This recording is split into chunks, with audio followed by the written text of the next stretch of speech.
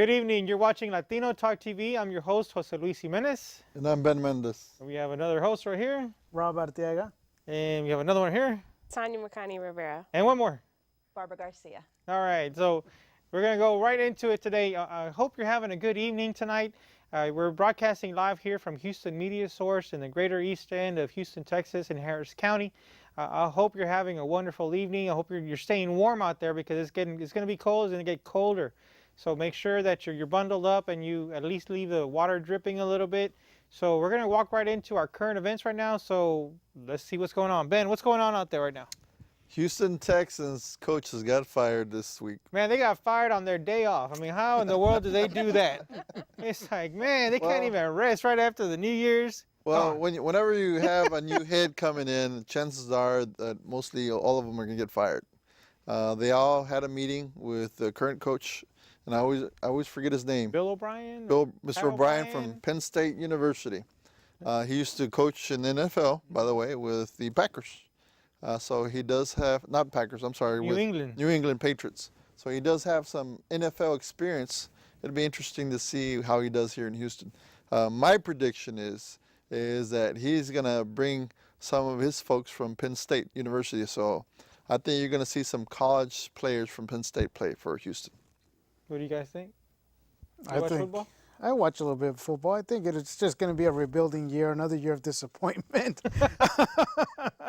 So, I don't know. You never know. They might win 3 games. Be an improvement from last year.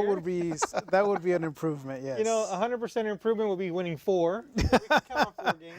Yes. I just want Arian Foster to get better. I like looking at him.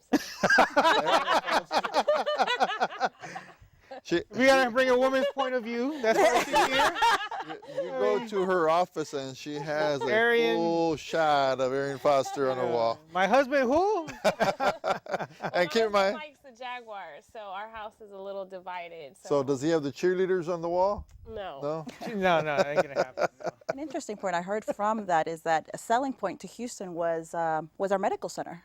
I believe for the coach. I think the coach actually has a son that had some medical needs, and this was a great opportunity for him to come and get to He's come a special needs father and a family. That's a wonderful thing. Yep. And that takes it's another selling point for Houston. Absolutely. You know, people come because of our medical center and our industry and our business. So, welcome, Coach. I hope you enjoy Houston and hope you take us to the Super Bowl. And you have an open invitation to our TV show to come talk about whatever you want, including all the good players that are going to stay. Yeah, that's a good way of leading. And today is the College Rose Bowl. So we're going to have the top 2 teams, Florida State and Auburn, playing today, or tonight, I should say. And it'll be interesting because Auburn, almost every game they were predicted to lose at the end of the season, and they ended up winning. And so it was some of those were nail biters. So it'll be interesting what happens tonight. Well, Johnny Manziel is in the news. If you weren't watching the news, he was recorded leading the Florida State Tomahawk chant at a nightclub. Keeping to the Johnny football name. He was at a nightclub partying it up in support of Florida State. So, gotta bring Texas in there somehow, right? Gotta be an Aggie for all you Aggies out there. Well, he might be a Texan soon. Yeah, he's going to be jumping into the NFL. Yeah. Yeah, that's what they say. He's going to be announcing soon. Do you think he'd be a good quarterback for us? I really don't know. She just wants Arian Foster to play every position. Yes. I don't know. Is this the player that they said that got paid off or something? Yep, that's him. So Johnny Manziel, like quarterback. He's not surrounding himself by mentors or people that are telling him, hey, you need to, zip it and just play. No pun intended on that. Yeah. Where have you been? He's here now. So, all right, what else is going on out there? Well, I have a list here of the top 10 Google searches in 2013. I have to use my cheaters. The old man glasses. My old man glasses. Viejito lenses. All right, top 10. Number 10 was North Korea. Obviously. Dennis Rodman. Well, that's the recent story, but there's been many stories of North Korea. Mm-hmm. Number 9 is PlayStation.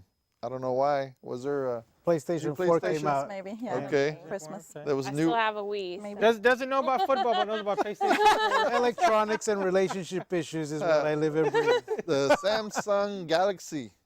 Okay. Cell phone. Yeah. And then, the Royal Baby. Oh, Ah, that's yeah, that was on there for a while. Yeah, the Royal Baby. In her stomach, whether or not she lost the weight. Be connected. oh, I know somebody that searched that. Not me. I'm just saying. Just saying. Just saying. Where have you been? Boston Marathon. Okay. Yeah, that. Was that That one. 2013? Yep. Yeah. April-ish. Boston Marathon. Yeah. And this is a surprise. I would have never expected this. Miley Cyrus. No. Okay. The Harlem Shake. That was 2013? Yep. Huh. And then Corey Monteith. He's an actor from Canada that passed away. Number 3 is an iPhone 5S. The one in your hand? Never saw an 5S. This is an iPhone 5. I don't know about a 5S. I don't know what the difference is. One generation One letter behind. extra. I mean, that's all it is. And then number 2 is More money. Paul Walker. Oh, Yeah. And number 1, who do you think it is? Take a guess. George Bush. George Bush. Obamacare. Obamacare. The Pope. The Pope. Oh, yeah, the Pope. I have no idea. Mandela. Nelson Oh, Mandela, Mandela. really? Wow. That was really towards the end of the year. That's surprising. Yep. Those are top 10. Surprised the Pope was not in there. Round two. Yeah. And surprised the Texans lost this. Latino Talk TV wasn't in We're there? not in there. I mean, Surprise. What's up with that? it's like all these political races in Houston. I mean, let's talk about politics for now, right? Yeah, let's talk about politics. You know, there's a lot of discussion about term limits for City of Houston, in particular city council members that have 2-year terms currently, maximum of 3 terms they can serve, which is 6 years total. My guess is, or I should say, my want, if you will, would be that we would have 4-year terms, 2 maximum terms, that would be 8 years total, maximum. What are your thoughts? Tanya? I think that would be good. That give them enough time to actually get some work done. Because whenever I worked at city council, it was just, about the year time in each one of the little segments, you're ready to start campaigning again. And so you're constantly having to worry about raising money and who's going to run against you and that kind of thing, rather than focusing on policy issues and things that you might want to get done. And then once you're entering into your 5th year to finish out that last segment, you're just kind of done and you're just kind of wrapping things up, but not really able to push things forward and see things all the way through. So what kind of impact does it have on the apathy of people out there? Because, most people don't do anything. They're pretty disconnected politically as it is. I mean, what do you think is the emotional or psychological impact of always changing people? Well, I think that this kind of thing comes in cycles. So I'm sure that the term limits were put in there as 2 years a long time ago because they thought 4 years was too long. So I think right now that just the zeitgeist is to put them to 4 years. But I think, again, unless people see that connection, that benefit on why they should vote for somebody, especially city council, you won't get people to energize them to get out there and vote. So why should people care about city council? I mean, seriously, most of the time it's like you see these names over and over again, but you have district positions and then you have at-large positions and you have the controller position. It's like you just get, it becomes a sea of billboards everywhere. So why should they care? Why should they care? Well, obviously there's a lot of apathy there, but there's a rumor that Barbara's going to run for city council. Barbara, you running for city council? Oh, no. See, we're starting. You heard it now. here first. Barbara Garcia. This is news to me. Which district are you running for? No district, but I do no district. But I do think that you brought a good point about why would people care, right? But I do think the longer someone's in office and they don't have to worry about campaigning, let's hope that time they spend actually on doing something, and that hopefully the more we the people see those changes, maybe the more we will care to actually go on and vote for people or to get people or have people stay on, because a lot of them, they don't give them the opportunity to come back another 4 years. But I do think 2 years is too short for someone to go in there and actually do something. I think that a lot, especially if it's a brand new term and they haven't been in the city council for a long time. Think more people vote for the voice than they do for the president? Yes. I mean, think about it. By far. You know, Well, definitely on city council level, I think that there's more people worried about The Voice or American Idol than they're worried about the local level. And people just don't think about it, but that really does impact your day to day. The lights, the flushing your don't forget the toilet. novelas. oh yeah, they get more Novelas are likes on more the important. novelas.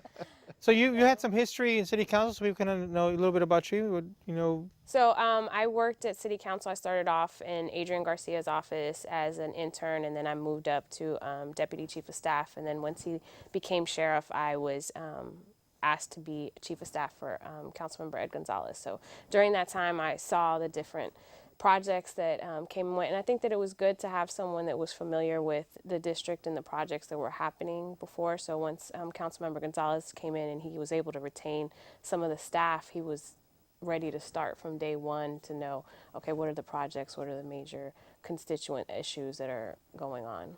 so really nowadays city council is about continuity of staff, not a continuity of leadership. Well, I think it goes hand in hand. If you have the same leaders in there, they're going to have the same people to support them. You change them out, it's just like the coach. They're going to want their own people to support their cause, no? Yeah, but you find that a lot of people don't like that. The fact that the chief of staff becomes the council member, and it's like a rotating cycle. In some cases, it's good, but when you don't have the right leadership, it's bad. Sure. So speaking of District H, we have 2 more years with our great council member Ed Gonzalez out there.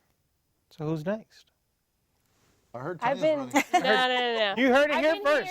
hearing- no. Tanya Macani Rivera is running for city No. council. I've been hearing some rumors about people, but I think that they'll start coming out in the, maybe another 7 months or so, just to give some people time. But I think that the conversations are already starting. Why are to you looking happen. at me? So any names you want I to throw don't out live there? in District H. I don't either, unfortunately. So My I don't business know. is I've there. heard that what's this firefighter? I'm really bad with Roland? names. I've heard that Roland, Roland Chavez? Rick Rodriguez, thinking about it. Maybe HPD and- HCC trustee Yolanda. What's her last What name? is- Yolanda Black? No, Yolanda Navarro Flores. Yes. So there's a couple of different names. Well, I'm proud of District H because I grew up in the neighborhood and my business is still there. And You're gonna we're run open one up. day. We know. No. I have little children. I cannot. I say this. That I use the model of Adrian Garcia that if someone runs for office, you dedicate yourself in your life like he has done for city council and what he's doing now as the sheriff. I mean, that's for me that's been the example of what a committed politician is for the community because that man is out there 24/7. I got to give him credit. And I work for him, and I'm not just saying that because I like him, but because he truly was always out there, and he's still always out there working the community, building those relationships, and making things happen. Which brings up the next topic. Should elected officials be paid? That's a good question. At the beginning of my conversation, I was joking around about saying no, they shouldn't get paid, but it is a full-time job. It's way much more than a full-time job. What do you guys think? I agree. I mean, if they're putting in the time and effort to improve our communities, why not? I agree as well. It's really not that much if you think about it. Like it's like state reps, I forget how much they get a month, but it's $600 like a month. nothing. So I mean, considering the time and gas and whatever other meetings that they have to go to, they're not getting paid that well. And I think city council it might be $60,000 a year. So 50 or 60? I don't know the exact amount, but I know that HISD and ACC does not pay their electeds at all. Wow. Yeah, and considering all the time that HISD board members put into it, you got to have a steady job on the side, and you're probably working 20 hours, and then you're doing HISD or ACC stuff and 40 hours a week, yeah. It's hard. Yeah. So that brings us to the next point. Most people, the ones that actually do take time and run for office and volunteer that time to be in a leadership position have to be well off, have to be affluent to a point to where they can actually be away from their job to be able to perform. I mean, is that really the structure they want to develop, or do we want to create a system? I disagree with you. Okay. In most cases, money does help, but there's electeds that have less money and that have won elections. Perfect example is Ted Cruz, even though I'm not a big fan of Ted Cruz. With the amount of money that his opponent had, Dewhurst, and Ted Cruz didn't even come close to that amount of money, and he won. That says a lot. So it's about relationships.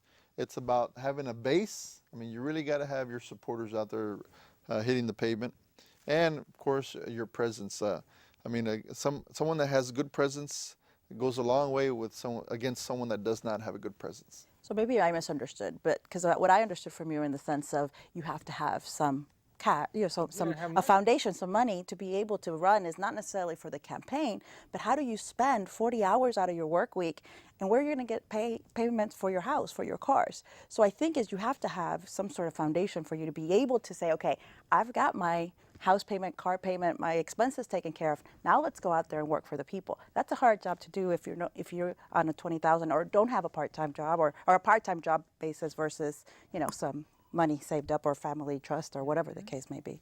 So if that's what I understood, I agree. I think doesn't allow for somebody with great ideas but doesn't have that money in the bank that they can go to and sustain themselves while they're serving the people. So while we're doing that, I want to ask our producers to put the phone number on the bottom of the screen with our information so you can call in and join in on this conversation. This is an interactive show, so you can, and we do encourage you to call in and give us your opinion on what we're talking about right now, okay? What were you going to say?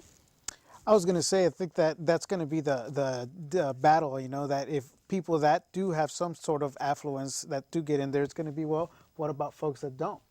And so I think that on one side, we have to think if somebody has has reached the level of success to where they can take off from their job, then that tells me that they're competent somehow, although you never know what may tempt them into, help out their friends or whatnot.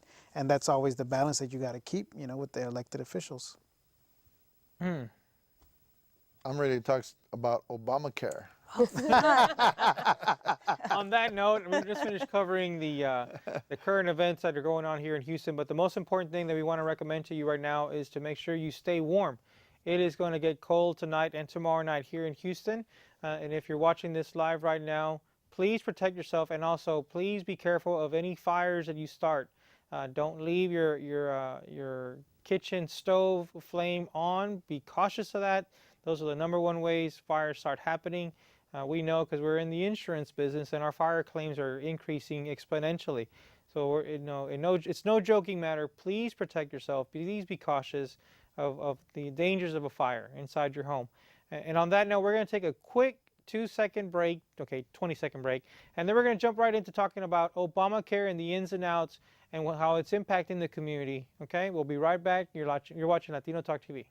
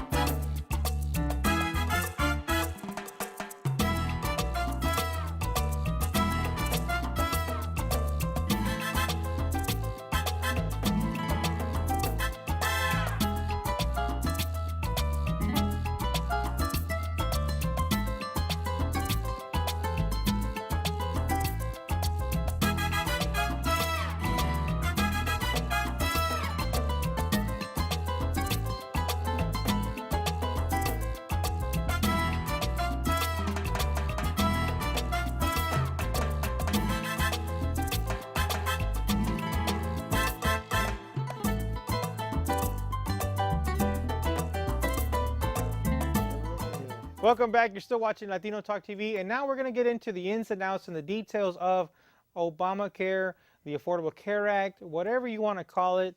Basically, mandated health insurance. So we're going to go into the details of what you as a consumer should know.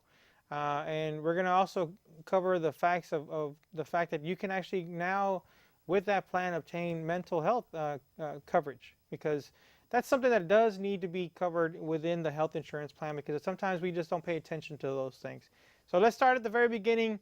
Let's get into what the Affordable Care Act now requires now that we are here, January 1. What do we have to do with our health insurance? Well, if you don't have health insurance, the first thing you need to do is actually look for health insurance and obtain it. A lot of people were really confused or not aware of the deadlines. We have a lot of different deadlines. Everybody was really panicking on that December 23rd deadline or December 15th, 23rd on trying to get coverage for January 1st. The next couple of deadlines that are coming around is January 15th. That is if you want coverage for February 1st. And then every 15th of the month, basically. But a couple of things that I kind of want to make sure that the people were aware of is you have until March 31st, technically, to be able to get your coverage. If you do not get coverage by March 31st, at that point, you won't be able to. Even if you want to get health coverage, you won't be able to until October. So those are some very important deadlines. March 31st for sure. That's the last time that you'd be able to obtain it until by basically about October 7th, and then make it effective January 1st. So after March 31st, you won't be able to get coverage unless there's a change in your status. You get divorced, you have a brand new child, you get married, kind of the same situation that you would have in a corporation, like open enrollment season. So we're only going to have an open enrollment season going forward. That's something that we're not used to. Most of us were able to buy, if we were able to buy health coverage, we were able to buy it at any time that we wanted to, and now that's not the case going forward. So that's one major change. So who needs to buy it? Is it just those that do not have insurance currently? The ones, well, yes, if you do not have health insurance, if you qualify for the subsidy or the premium tax credit, if you qualify for the subsidy or premium tax credit, you actually need to buy it or you will have a penalty. So that's every U.S. citizen, U.S. resident.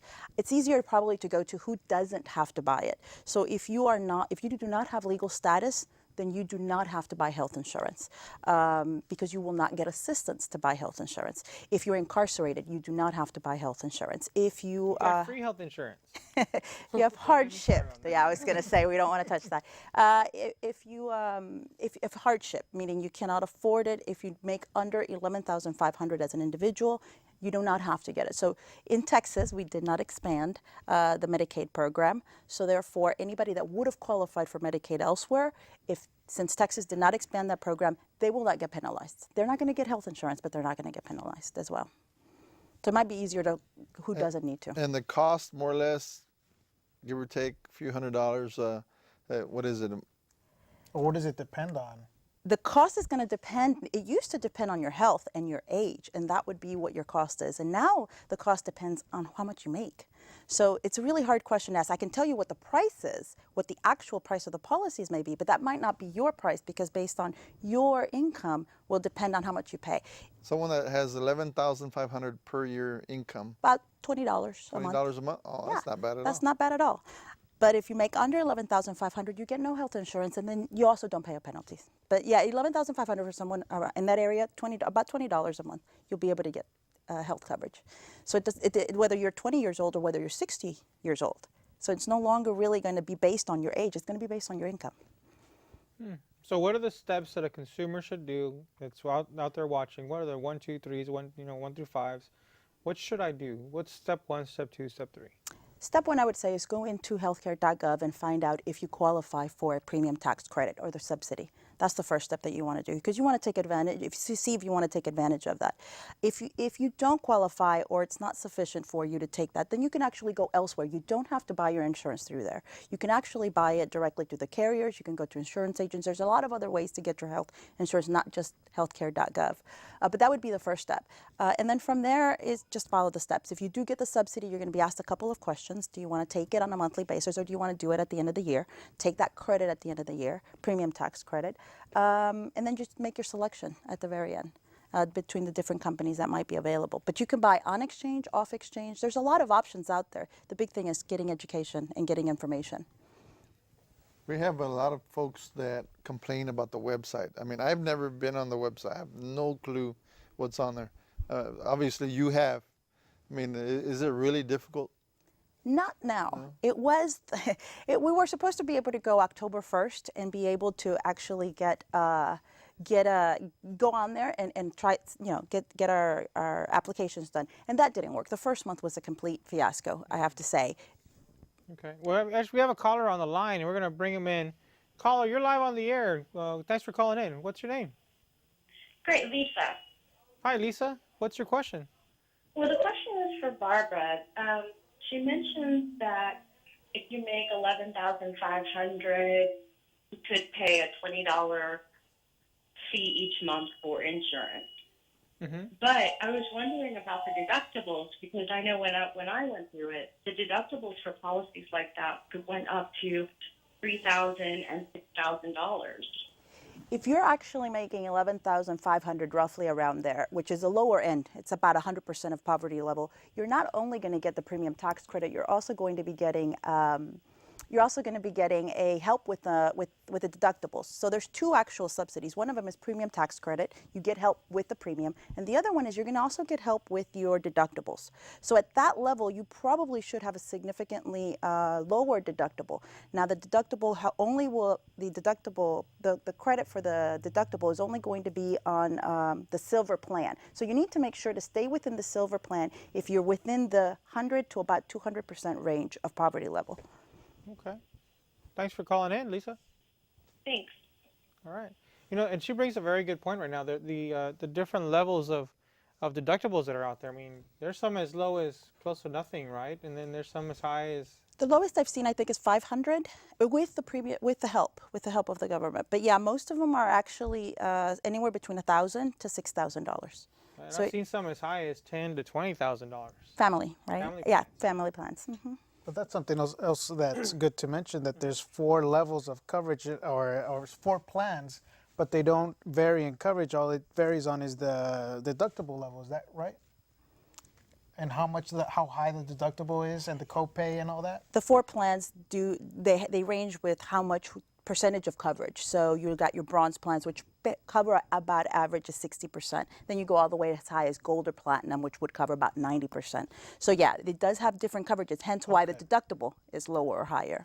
But there's still a lot of questions out in the community. So I work with neighborhood centers, and so we've been having different workshops about the Affordable Care Act, and we're working with Enroll America to educate the community. And so there is a large number of undocumented population that don't know that they don't have to buy it. They're actually getting phone calls from people trying to sell them insurance, people coming in their doors telling them that they have to have insurance. And so there's still a lot to be done. And so what we're doing is we're hosting workshops, but then also our tax centers are providing free tax services, and so folks can come and get their taxes done and then also enroll with a certified application assistant. So that's something that's out there because people are having to pay money for information that should just be free. So That brings up a good point.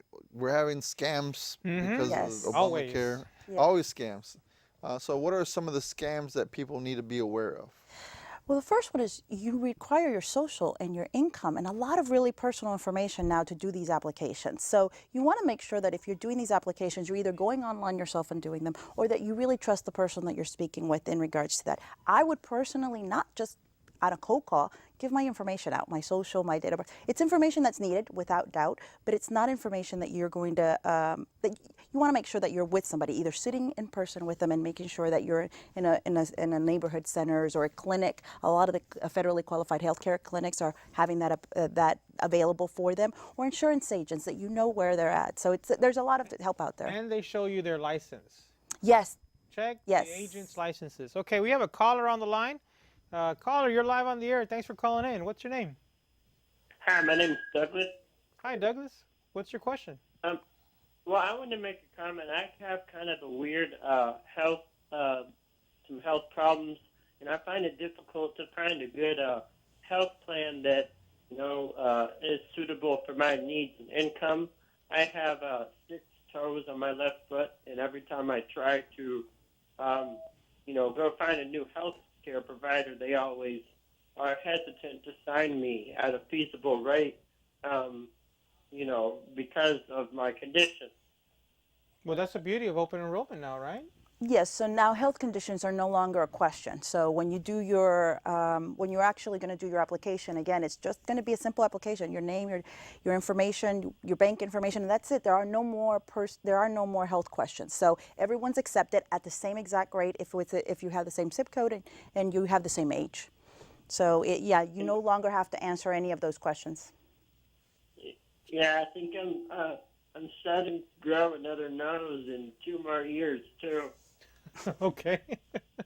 Well, thanks for calling in. I appreciate the phone call. And All you know, right. I think that's See you actually. later. Take care.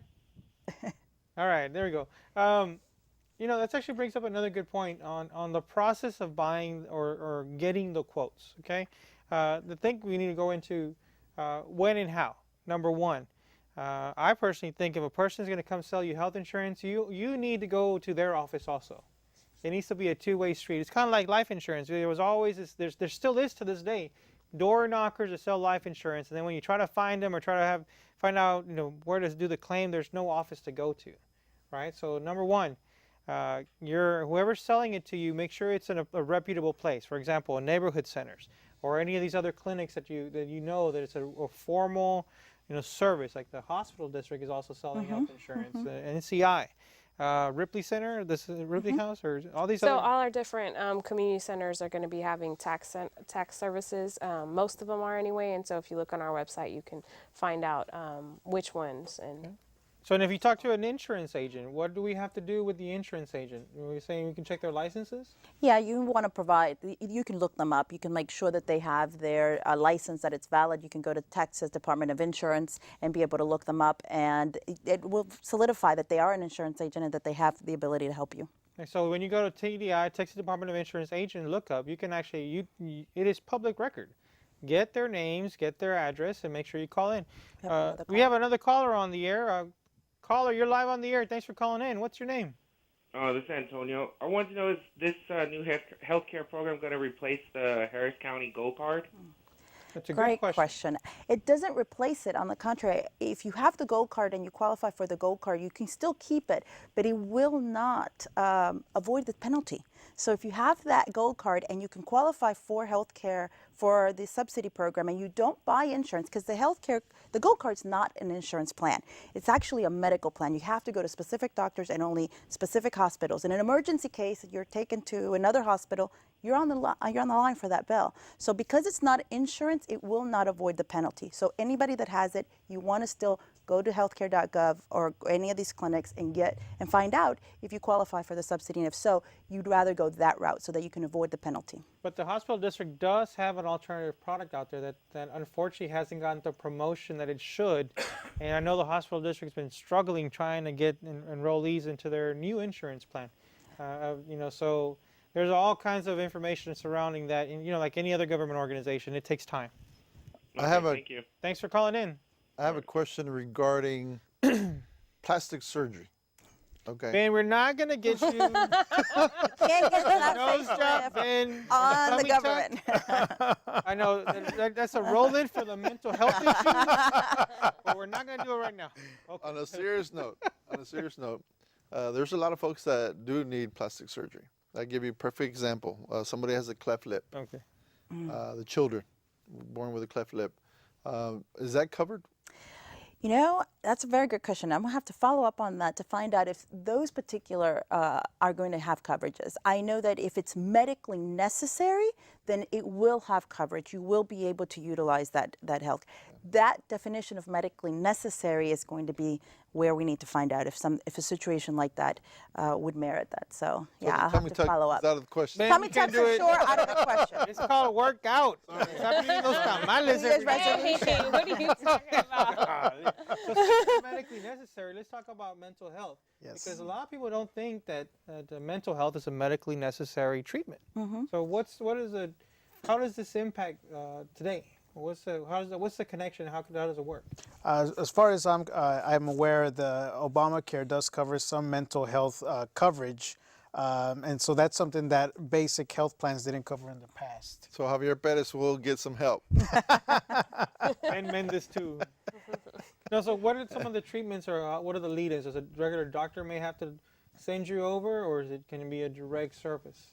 Do we know? So it depends on the plan. So now a way, because these the insurance companies are able to kind of reduce cost a little bit and actually pass that savings on to the client as well, is by having HMOs. And in the HMO, you actually have to go to a primary doctor first and then go to all the other specialists. You can't go directly to them. But once you've got that referral that you do need to go see a therapist, or you do need some medication, anti-anxiety, depression, then at that point you're okay, and that doctor can see you going forward. So you don't have to get it every bipolar, schizophrenia, depression. I mean, it does run the gamut. So you will have access to those doctors. So depending on the plan, and that's where sometimes you do need to speak with someone that does understand insurance. You've got the navigators, you've got great people out there trying to help you with the actual process of the application, but then you have to have which is the best insurance plan for me, right? In my specifics, I have somebody with a mental health illness. How does that plan? Which plans will work a little bit better for them? Here's another great thing. You can actually separate families out. I've done that to help some families. If you have somebody in the family that's fairly sickly, and they need a lot of medical attention, they're going a lot to the doctor, they might have to have a plan with a different plan than the other family members that don't go to the doctor very often, right? To help save a little bit on that monthly premium, somebody can be in a higher deductible while another person can be in a copay plan. So there's an opportunity for that. What website can we visit for you to get more information on the different plans that are out there? Do you have a website that we can follow up on? My own website, vistahealthsolutions.com. Vista-healthsolutions.com. That are out there. Yes. And regarding the mental health symptoms, is there a website we can visit? I have a lot of free resources on my own website, 3sessions.com, where there's articles, there's interviews like this one, and other types of interviews that I post on my website where they can go. So it's all educational information. Educational information that they can use to better their lives and somehow, and 3sessions.com is where they can go. Okay, so we'll put those things on the website in a little bit. And you said NCI is doing some things. Is there a resource? So we don't have any dates yet, but so you can come and start doing your taxes at the end of January. So our Baker Ripley location is the first one to open, and then Ripley House, and then Cleveland Ripley. And so you can come in and sit with somebody to get your taxes done, most importantly, and then you can sit down with someone to get fill out the application if you're ready to do so. Yeah, so the biggest thing that's going on right now is that this is basically going to be the last tax session and you can go without having to report your health insurance. Yes. So if you don't have it at work, you need to have it on your own. If you're a self-employed, independent contractor, your company doesn't offer it, or if there's a hardship to where you can't afford what the company is offering you, you do have the right to opt out and get your own policy on the outside. Is that correct? It is. The definition of what a hardship fit, or the definition of what is affordable, is one that I think not everybody will agree necessarily. But yes, you can. The best thing is find out. Go to healthcare.gov or cuidadodesalud.gov and find out if that would be an option for you. But you can opt out. And if you're going to deal with people out in the street, make sure you go visit their office. If they're insurance agents, check their licenses. Go to TDI, Texas Department of Insurance agent lookup. Look up their names. Their names should be on there. And if they don't have it, ask them for a copy of their license. It is your right to ask for it.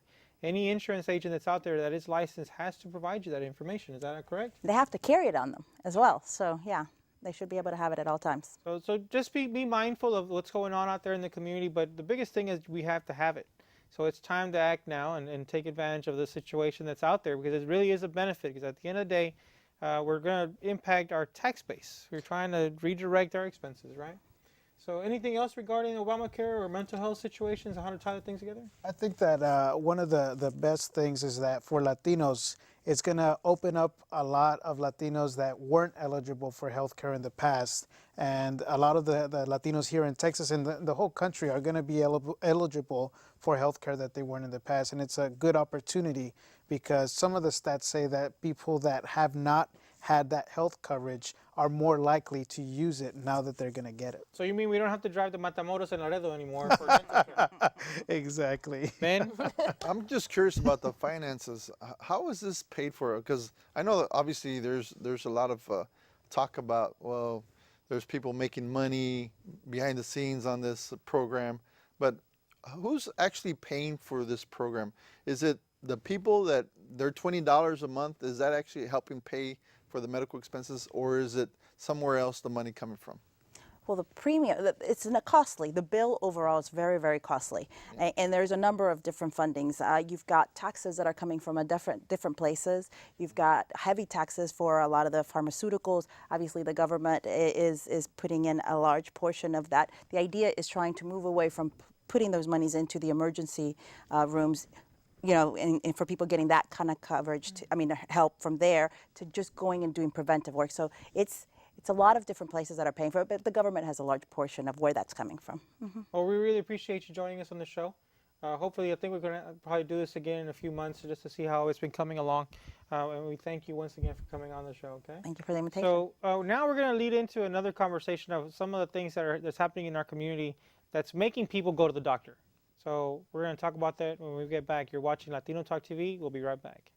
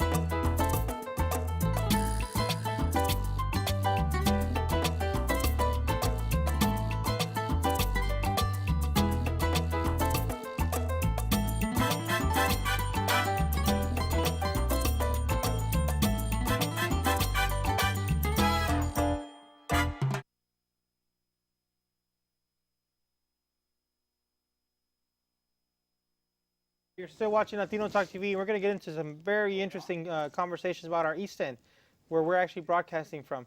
So I'd like to introduce to you Mr. Brian Parra. Hi there. Thanks for having me on, all of y'all. Thanks for coming on. And I want to just get right into it. Just tell me, why should we care what's going on out there? Well, do you want to live a healthy life, free from disease and health problems? Well, then you should care, Okay. Do you want your child to be all that they can be, free from, debilitating diseases and respiratory problems and so on? Then you should care. Okay, so what's been going on? So I think a lot of folks are aware that Houston isn't the cleanest city in the country. We do have some problems, and they're particularly focused on the East End, where we have a lot of the chemical facilities, refineries, and warehouses, all sorts of things that make a lot of the products that we use every day, that run the machines that keep the economy going. But we don't often talk about the impacts that has on the people who live there. And, I know y'all were talking about Obamacare in the first segment. It's interesting because the East End also has the highest rates of uninsured people here in the city and actually in the nation. The congressional district here has the highest rates of uninsured people.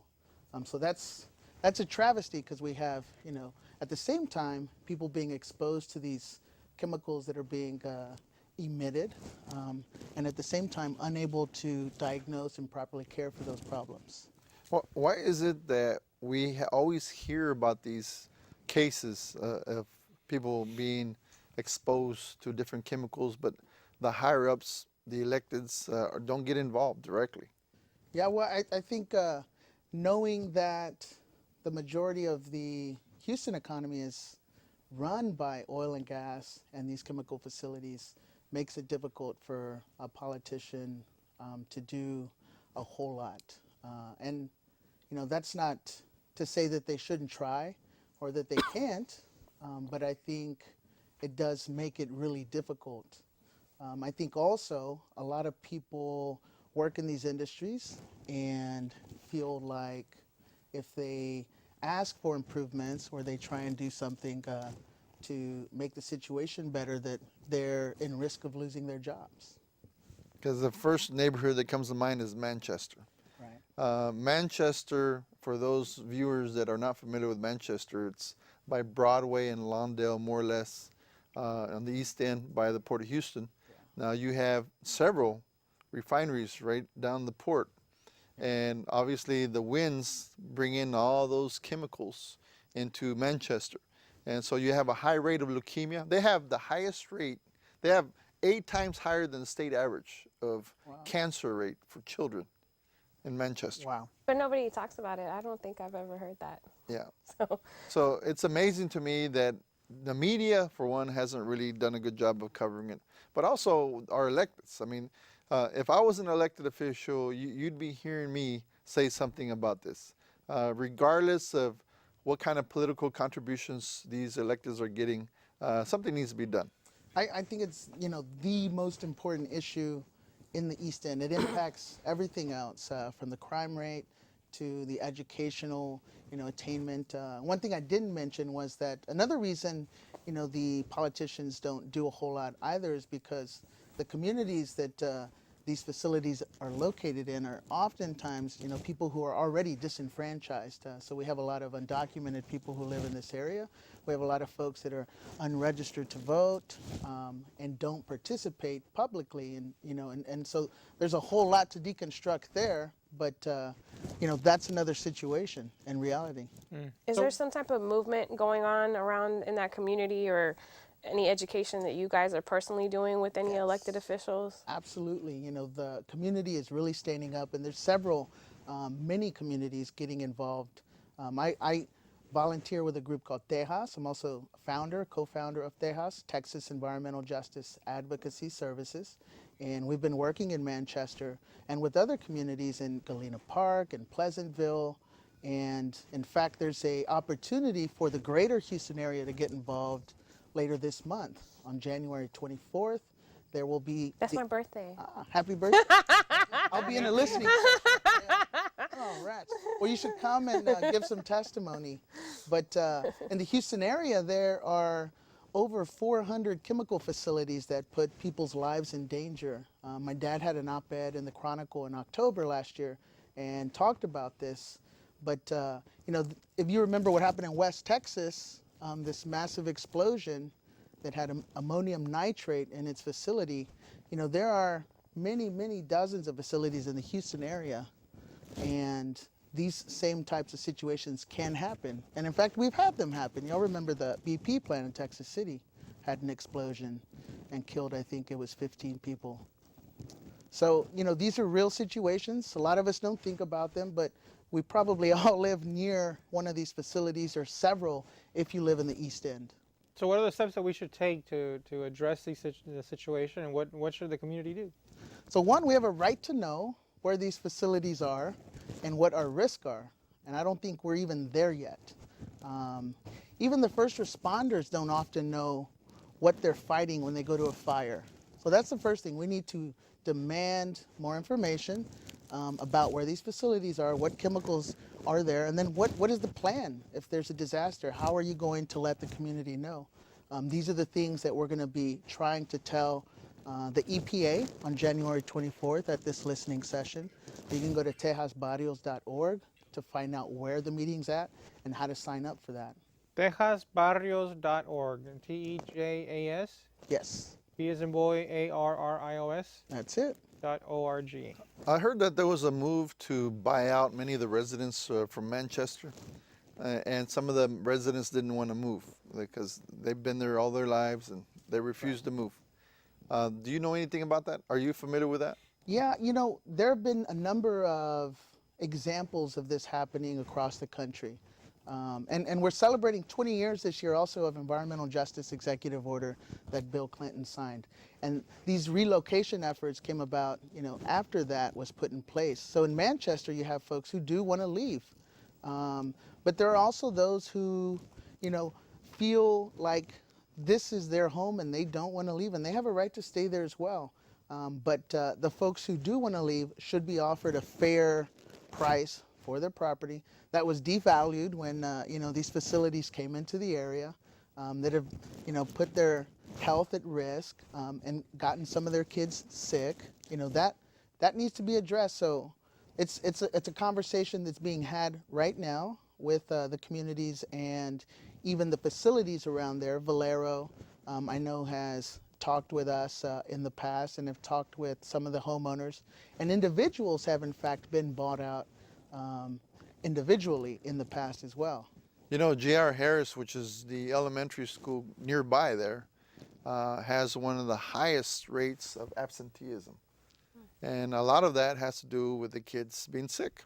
When you have asthma or when you have some kind of situation that is inhibiting you to learn, it's not good. And so it's unfortunate that these kids are suffering. You're one of them. I'm sure this looks familiar, Yeah. but this is the number one reason children miss school, because they have asthma attacks and they have to, you know, be taken to a hospital. But yeah, I think a lot of folks don't realize that. So do you live in that community? I live in Eastwood, and I grew up by Gulfgate, and I've always been in between those two areas. I went to a school, at a little private school on Sherman called St. John's Lutheran. So are you saying that we shouldn't move into the East End if we're thinking about? I think you should know what you're getting into, you know, and it's one of those things where we do want to clean this up, but there are also issues that happen when we do begin to see communities make those steps, where the folks who grew up with these problems then get displaced because of gentrification. You know, the prices go up and taxes get higher. So it's complicated, and I know that several folks like yourselves are working on having these conversations to address all these things, but I wonder I would about not that. ask anyone not to come to the East End, 'cause it's a I beautiful just place. wonder if that's going to change anything, like with the rail coming in and with you, there is gentrification happening in the East End, and whether or not those new families are going to demand some change to the air quality, and there are going to be more affluent people moving into the community, maybe not in Manchester, but surrounding that could potentially be impacted and aren't aware that there are air quality issues right now. Yeah, and don't fool yourself. The whole city's, you know, health issues are at risk. But those that live on the fence line, you know, it's a term that we use. Frontline communities are most impacted, and if we can fix the situation for those communities, all of our lives improve, get better. So how did you get so passionate about it? What? You know, I was teaching as soon as I graduated from college. I came back to Houston, and driving back from Austin to Houston, I began to notice this brown donut around the city, and I felt better. I could breathe better when I was in Austin, and as soon as I came back, it was an issue that my father was working on, and I saw a way to help him do that work.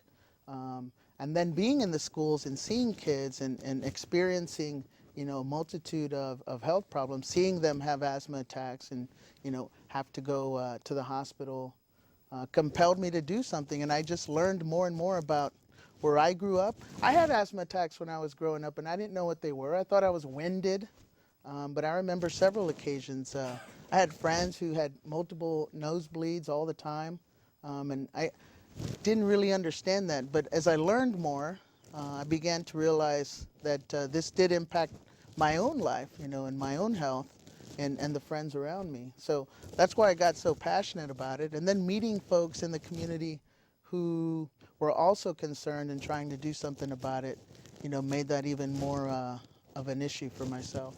My son actually suffers from nosebleeds just out of just like that. They come for no reason, and we always wondered, is it the air or what is it? But I want to commend you for all the work that you've done. I'll tell you what, you're a champion for our community, all communities, in relation to this. And I know that it takes a lot of sacrifice on your part, because this is not a paid job that you do to go out there and tell people what the problems are in our community as far as pollution. So thank you again for your service. No, thank you. And there's a lot more folks that are doing the same thing. So, I stand on all the efforts of many environmental justice leaders that are in the town, my dad being one, and Robert Bullard, who's at TSU, being another, and many other community reps, Debbie Allen, Rosalia, so many, Maria Jimenez even. It's going to take a lot more than just one person to make things happen here in Houston. Come on. I really appreciate that. We're almost actually running out of time. Is there any closing remarks before we go? One last question for you. All right. You have, obviously, there's a multitude of chemicals out there. Which chemical is really the highest priority? The city did a study when Bill White was in, and they identified 12 chemicals that were cancer causing. It's hard to pick one of the 12, but benzene is one that we have a lot of research on that is responsible for, causing leukemia. One of the ways that you can get leukemia. And so it's one that we've been focused on a whole lot. But diesel particulate, the black soot that comes out of the big trucks, is also a huge issue, and that's going to get worse as the port expands and we see more trucks and rail and boats, coming into the ship channel. So I remember that when Bill White was in office and Elena Marks did all the public health things, and they were very involved. Have you seen that same responsiveness in this administration? Has that conversation happened, or is it just kind of? In fact, I remember one of the first things that our new mayor did was allow fracking to happen in 2 city parks. I just remember that was the first thing. And I didn't even know about that, so that's a whole new education. Yeah, it's 2 parks on the northeast side, I believe. Yeah. So, yeah, I haven't seen. There may be other ways. This one bin thing is a big smoke and mirrors. I think a lot of that trash will end up being incinerated, which is not good, but that's a whole other issue. Okay. Well, I think we need to wrap it up. I think we're going to invite you back. Let's cover this fracking deal in the city parks. That one really interests me. You're watching Latino Talk TV. I hope you enjoyed the show tonight. And just remember to get involved in your community and do everything you can to make a difference in what's going on around you. Okay, you're watching Latino Talk TV. Hope you have a great night.